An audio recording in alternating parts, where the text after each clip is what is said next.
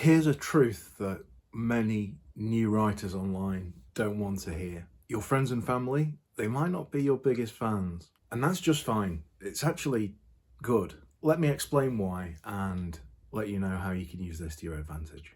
I'm Mark, and I've been helping people write online for years, and specifically the last couple of years with my Substack newsletter and the content that I'm putting out on Instagram and YouTube.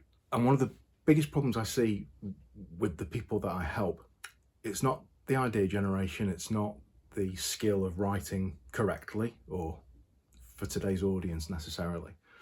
It's their expectations of who's going to be their first biggest fan and how much attention they're getting from the people that are closest to them. And there's three things about your friends and family when it comes to being a content creator.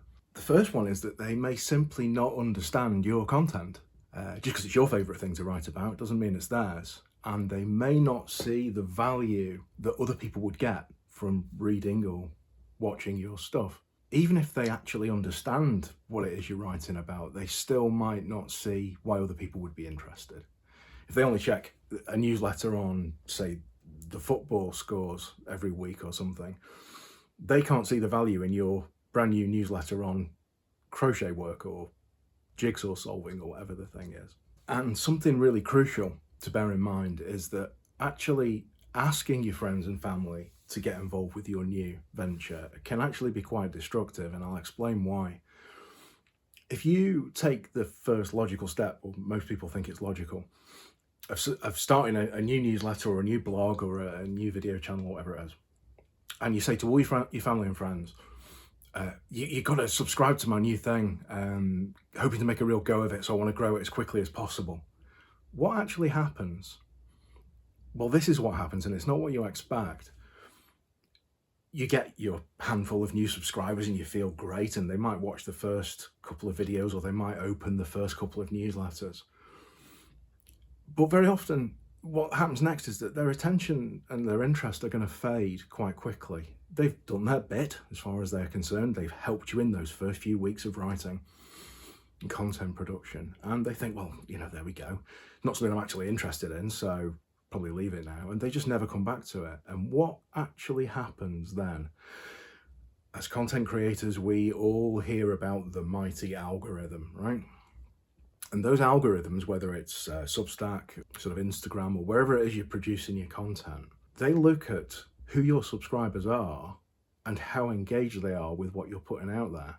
And if they see you've got 25 subscribers that all signed up in the first week and then very quickly never looked at your content again, the algorithm thinks this content must not be very good. Even this person's own subscribers are not interested, never mind pushing it to new viewers or readers. So the upshot of that is that pressuring people close to you to support you is actually not the best way at all to grow your new writing adventure. The very best way is to simply let these great algorithms on the internet do their work. If you write about jigsaw solving, it will find your audience for you.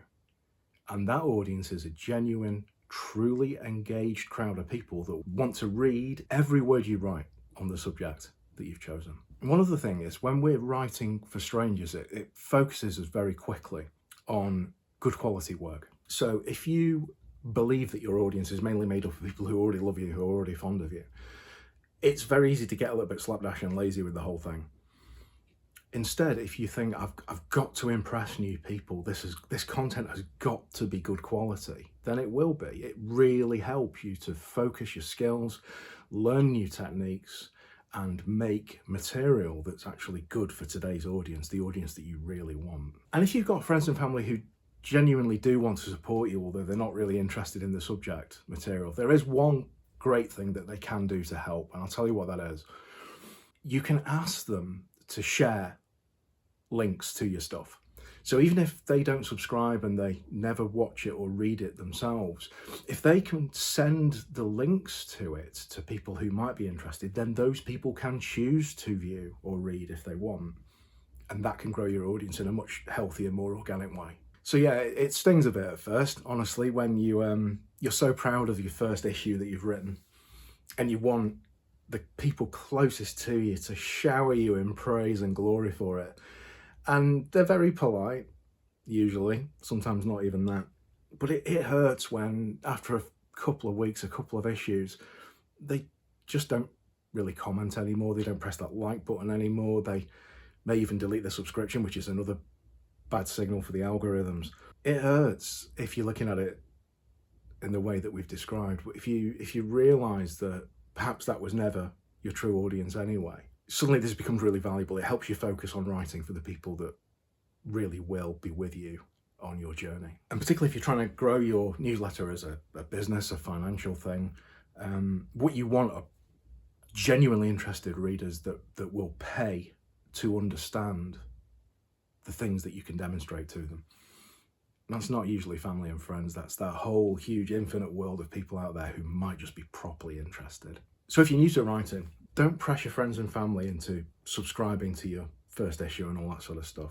Instead, write it, put it out there in public, and let your audience find itself. It works, I promise it does. I've been doing it for years. It's worked for me, it's worked for the clients that I help with their writing too. And if even starting to write this week sounds like a bit of a tall mountain to climb, even though you've made up your mind that you want to do it, check out the freebie that I've got links to in the description. It's got some really good stuff in it to demonstrate to you just how versatile your own writing ideas can be. No matter what the topic you've chosen to write about, you've got 52 free prompts in that bundle that'll get you started. You could write one issue a week for a year. Check it out and good luck. Cheers.